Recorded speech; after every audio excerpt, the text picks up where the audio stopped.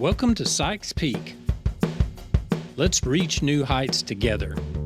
Join us as we speak with experts, share inspiring stories, and provide actionable advice to help you reach your psychological peak.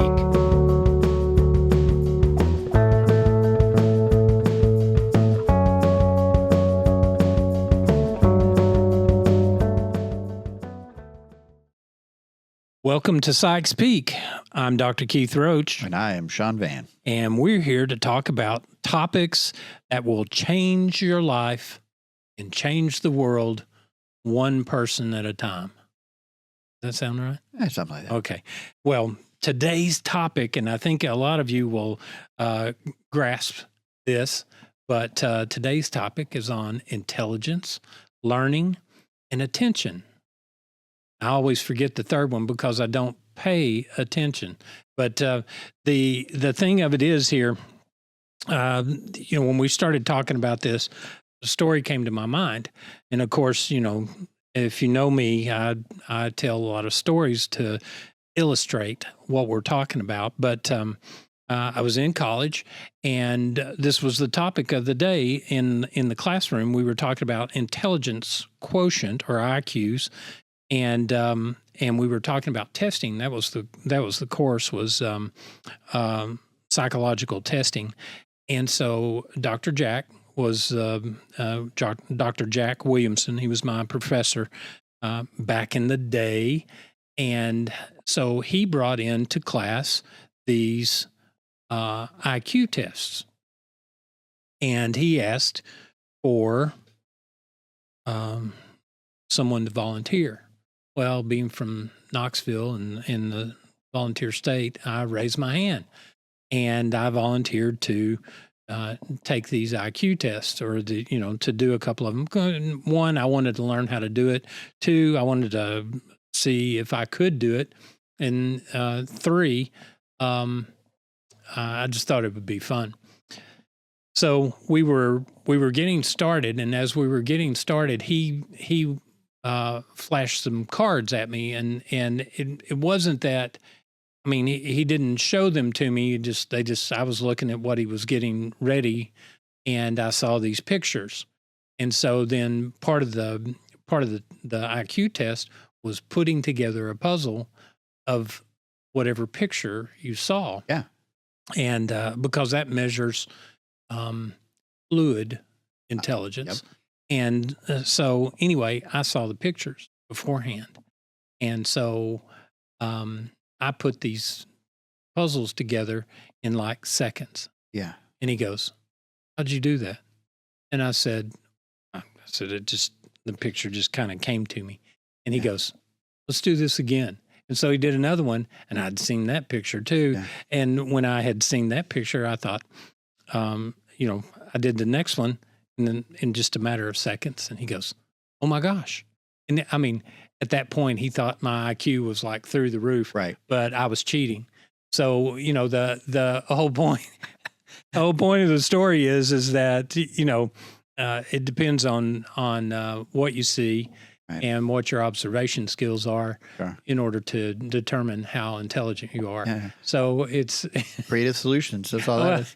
And I used to do these for my students in test and measurements, and we would do these psychological tests, and I would do these things with students, and as the test giver, you have to have no emotion. You can't show anything. You can't do any encouragement. You can't give any hints. You can't, all you're doing is just saying, the words or whatever that are printed on it. And when they would give you an answer, you just write it down. Yeah. You don't go, "Oh, so close." Or you don't look at them and go, "A little bit more," or anything like that. Right.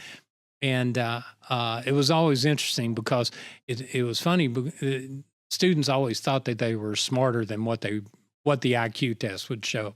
Interesting. And now there were a couple of students that I had that were like, top end IQ, and most everybody was pretty much right around 100 and 105, Right. which the top end would be 120 or above.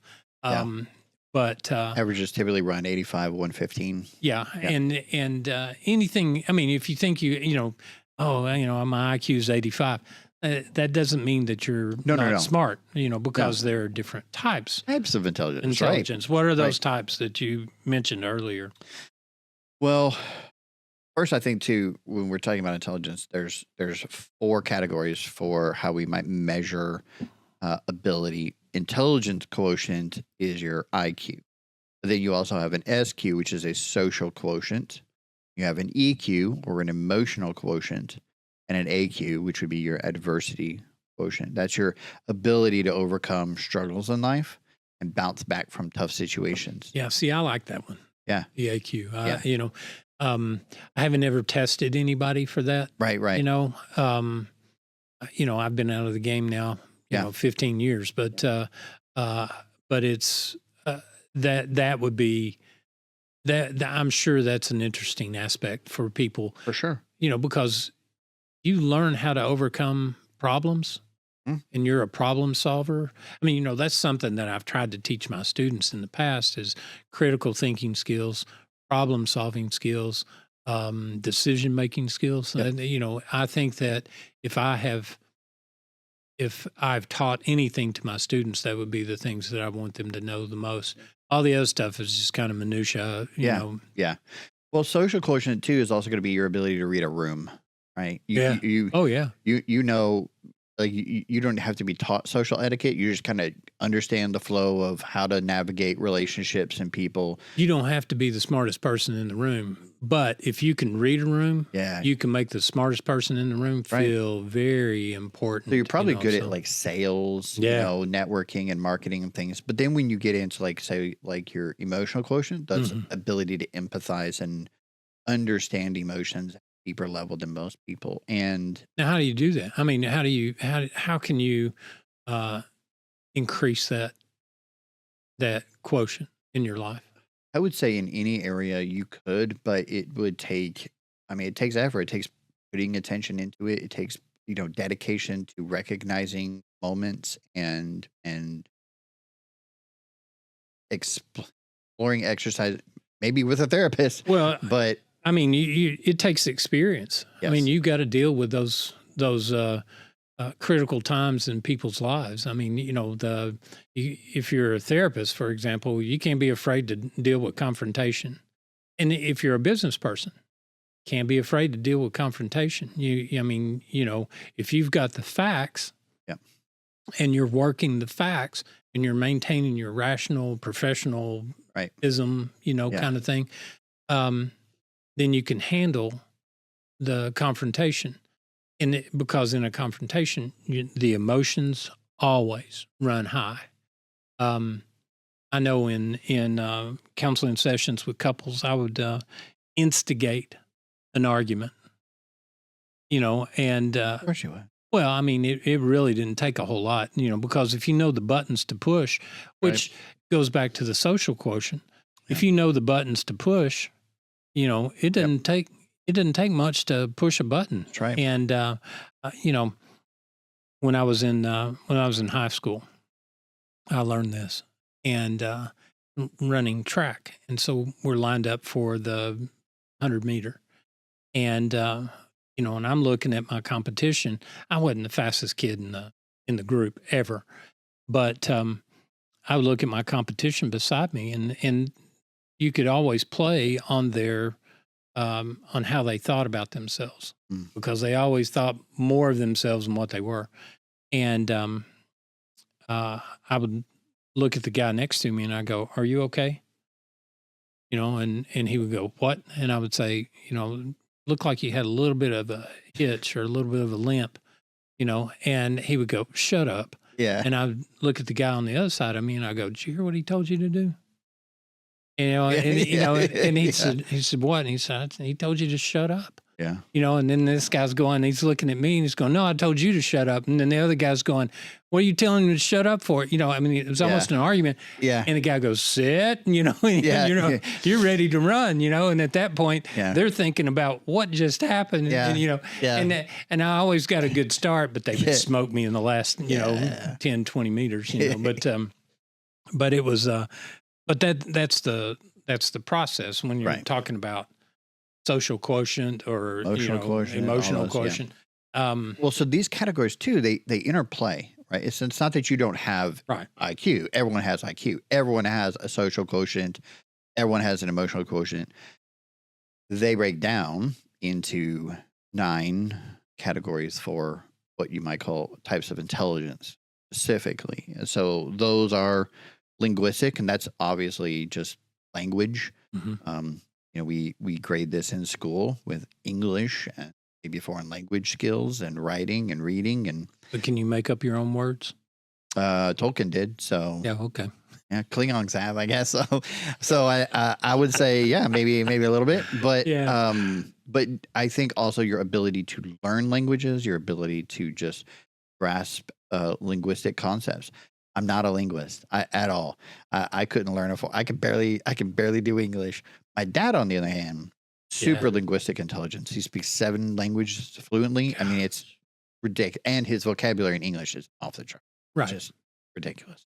And well- I've talked to your dad, so Oh, I, yeah. I know what you're talking Yeah, about. yeah. So Well, the other one that I would say that we probably grade a lot in school and look at is the logical mathematical, right? So that's going to be, of course, your algebra, your calculus, your big mathematics. But when you get into like engineering, get into logical debates and arguments, putting things in order. My brother is significantly more on the logical scale than I am. Not that anyone doesn't have any parts of these, but just that there's maybe some that are going to be stronger than others. So they're measured on a continuum. On They're a not, scale, They're, right, Yeah. And, right, and so right. it's not. But you're going to have some that you're going to be like really great in, and some you're going to be really low in. No one's going to be good at everything. Right. You may have 2 of these, 3 of these, 4 of these, but you're not going to have all of them. And you're going to have 1, maybe 2 that are really high. You're really Right. good at. Third is spatial intelligence. Think about ability to move within an environment. When I think of spatial intelligence, I'm thinking of being able to determine distances and Right. and being able to recognize, just what's happening in your Yep. in your space. I think you can visualize building a building before it's built, right? Yeah. So you get into this architecture, construction, drawing, Mm-hmm. art, maybe even, and so you can get Perspective. That's right, the word I yeah, was looking for. yeah. Just a minute. well, and also you can pack a trunk of a car really well, Yeah. right? You know Yeah, exactly Tetris, how to yeah. make. Yes, you know how to make all the pieces fit into this. Probably really good at putting puzzles together. You were talking about that earlier. Right. When I did my IQ test, I told my tester, he's like, what areas you think you're going to do good in? I was like, puzzles. I got you, bro. Like, he's like, okay, what are you going to do poorly on? You think I was like, oh, anything with reading and literature, like I'm going to bomb. I was 100% spot on. We got done with the puzzle stuff, and you're right. Like, it's just, yeah, good job. Next, move on. And then he got to the end and goes, okay, yeah, you were right. Like, Yeah, that was it's incredible. Like, I haven't seen anyone get through all of those before. So, Right. but yeah, like there's different elements that they test you for and stuff, and they kind of play into these intelligences. So, fourth, musical intelligence. My son is this way. I can't. It's got to be connected with linguistics somehow because I cannot music either. Right. My son can pick up any instrument and play. Like my dad with languages, he can. Yeah. I think. Well, it is kind of a language. Well, he went to someone was giving away a trombone, and he just went in and picked it up and just literally started playing stuff on it. And it's like, have you ever been taught how to? It's like, no, just figured it out. This makes it go this way, and this makes this kind of sound. It's like he is just super, super intelligent when it comes to. I also think that there's people who are naturally not just at playing music, but understanding, interpreting, listening to music, hearing notes. and really just can appreciate music in a different way. Right.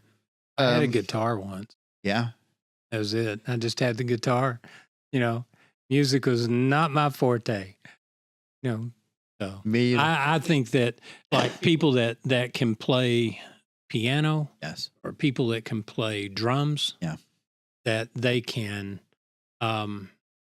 that they're using multi parts of their brain. interconnected. Yes, Yes, yeah, at the same time. I yep. mean, you're because like for a drum, you're talking about rhythm, you're talking about beat, with You're your using hand, with two your right hand, with hemispheres, your left hand, with your right foot, your left left foot, all the hemispheres, all the parts. and it's Yeah, and it, that's two sides of the brain that yep. are operating on that. And so and that gets better with Practice. the practice part of it. You build those action. Yeah, I've always thought that, and even with the piano, it's the same way, because someone playing the piano is not just playing the notes; they're playing the notes in their head, 4 or 5 notes ahead Of where their of fingers where are. their fingers are at, And their feet. Yeah, and they Yeah. because they know Pedals. when to rest and when to Yep.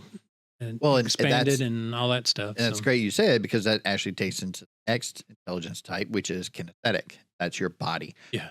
Athletes, right? You're talking about gymnasts. You're talking about Michael Jordan had a kinesthetic intelligence about him. He knew where the ball was going to go the second, he started moving his arm, right? well, I think most professional,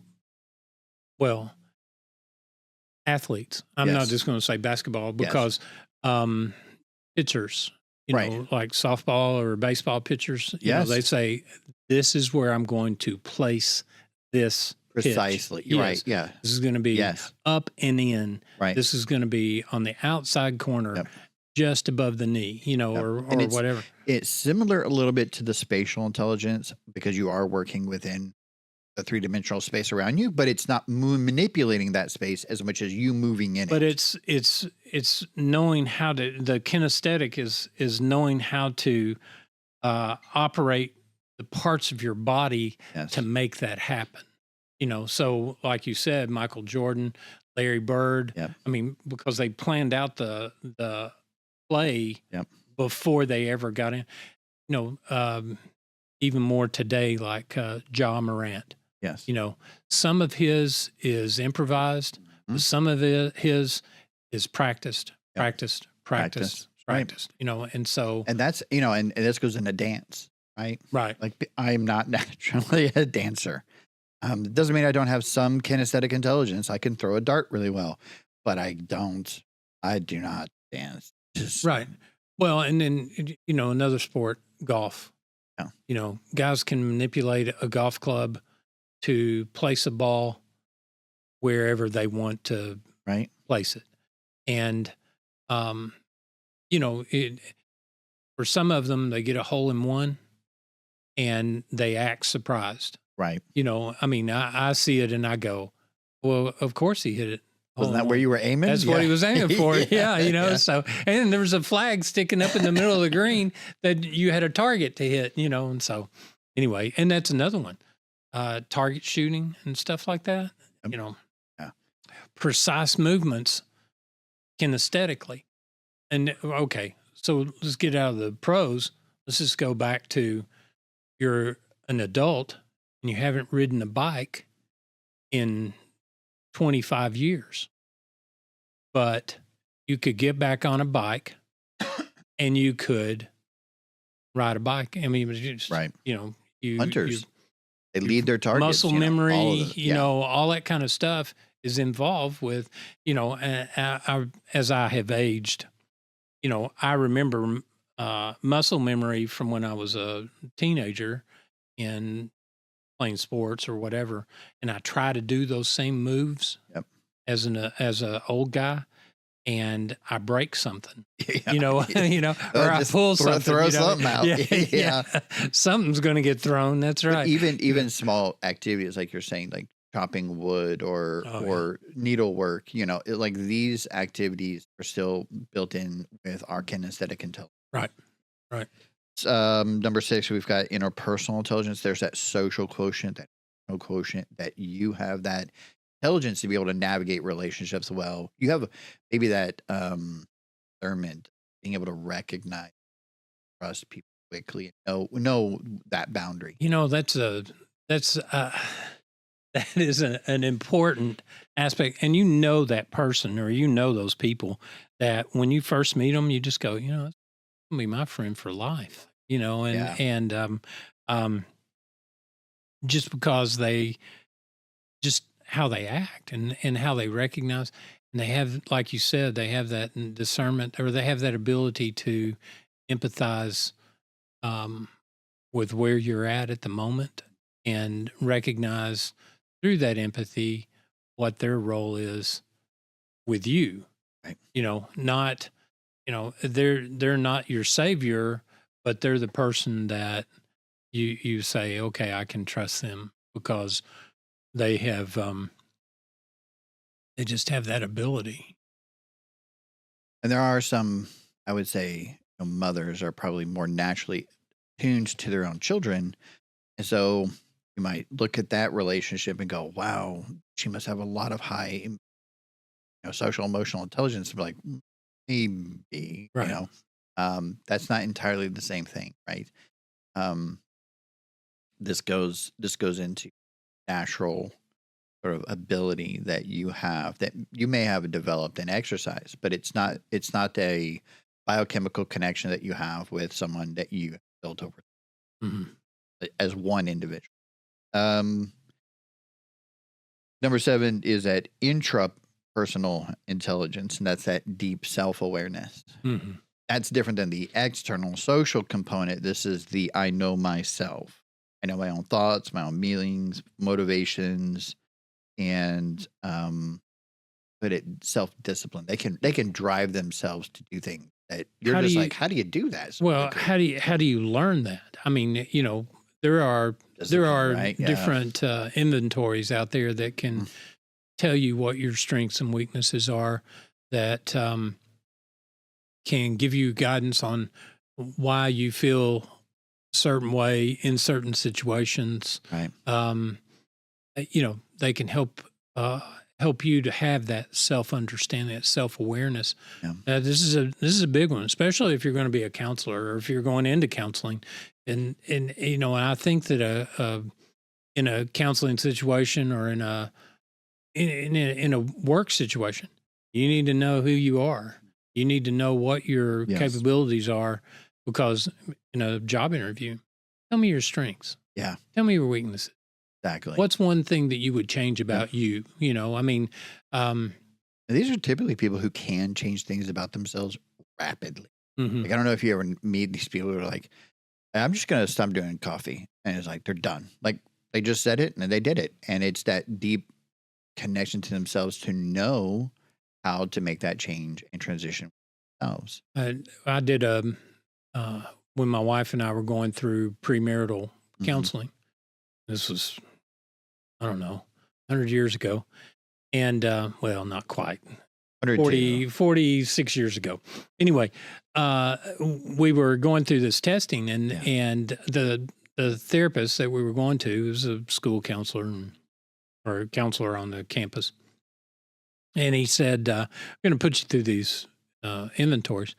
And so we did this one, and the way that it measured it had a scale, and it was called the dominant submissive scale. Right. And then it had in the interpretation page, it had the places where you were supposed to be, and be close to, and uh, and so we took it and she did her test, I did my test, and he said, and so when he did the interpretation, he looked at it and he looks at me and he goes, "You're pretty confident." I said, "Yeah." I said, "Well, you score high on this dominant scale." Yeah. And I said, "Yeah, and he said, "You don't see things with any kind of gray color." And I said, "Well, black and white. You're either for me or against me, Yep. and you're either with me or you're not. Right. I mean, Get on board or get out the way. That's right. That's And, right, yeah. and so, and he looked at Linda and he said, Linda, you're more on the submissive end. And he looked at us and he said, "Do you all see a problem with that?" And I looked at him and I said, "No." Nope. Yeah, it's not a problem with me, Yep. because as long as she does what I say, Yep. everything's going to be all right. And and I did part of that in jest, but Yeah. what happened was, Yeah. as I graduated from college and went into seminary, went into my master's program, I learned how to, uh, give the test and interpret the test. And so we did it again 2 years later. And because in that time, he made the suggestion, here's what you need to do. You need to not be the one that makes the decisions all the time. And then he looked at Linda and he said, you need to be more decisive. And so we kind of practiced that over the next 2 years. And 2 years later, we'd been married for about a year at that time, or a year and a half. And 2 years later, would take the test, come back, and I had come down in the dominant part of it, and she had come up towards the. We met towards the center, Right. and so we kind of crossed at the middle, because we worked on ourselves to recognize that this, if I put forth this aspect of myself, then I become domineering, and I don't want to be domineering, Right. especially as a counselor. And so, Yeah. and then for her, she realized, hey, I need to build my confidence up. And the way you build confidence is making more decisions. And Yeah. so Yep. the consequences were that we worked on ourselves with that self-awareness, and we made changes in how we did things. So if we were to take it again today, I probably would be back at that dominant scale, that dominant end, just because I have to make a lot of decisions, Decisions, and I have to be confident in the decisions that I make. Whereas she's retired and she didn't really have to make any decisions. Her biggest decision is which show I'm going to watch today. Oh man! As soon as she hears this, Which mug? yeah, which mug my of coffee? Yeah, yeah. So, and do I make tea today or not? Yeah. Yeah. So, they're not life changing decisions, Right, I guess. right. So, but anyway, number 8. Number 8 is your naturalistic intelligence. Naturalistic intelligence is just a connection with nature. You can quickly identify types of snakes. You can quickly identify poison ivy from any other vine. You naturally have 4 types of snakes: yeah. big ones, little ones, live ones, and dead Dead ones. ones, that's it, Yeah. Well, there's also, I think, too, you have a connection to know, like, if a dog comes up to you, you know what it needs. It's asking for food, or it's asking for, like, you're just attuned to nature, and understanding how to interact with it. I see some people on social media who have like farms and animals, and they're just so connected. And I'm like, I don't get it. Yeah. It's a donkey. What does it do? Oh, yeah. But they just seem to know and recognize personality and quirks about their animals that, Right. again, it's not like this isn't something like that. Well, they've built up a relationship with that animal. They're just connected with animals. Right. So that's your naturalistic. And then number 9 is your existential intelligence. That's my big one. Yeah. and that's one that I'm not,